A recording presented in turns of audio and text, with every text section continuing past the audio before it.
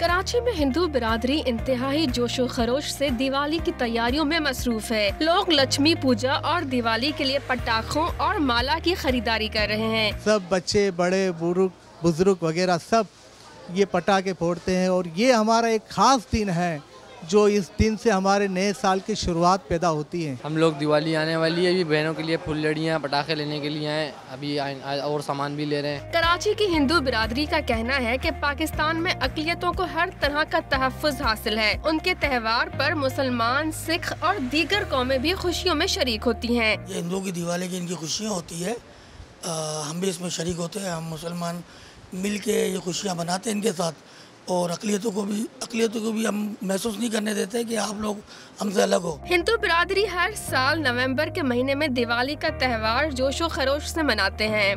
हिंदू बिरादरी की होने वाली दिवाली की ज़ोरों शोर से तैयारियां इस बात का सबूत है कि पाकिस्तान में अक़लियतों को मजहब की मुकम्मल आज़ादी हासिल है।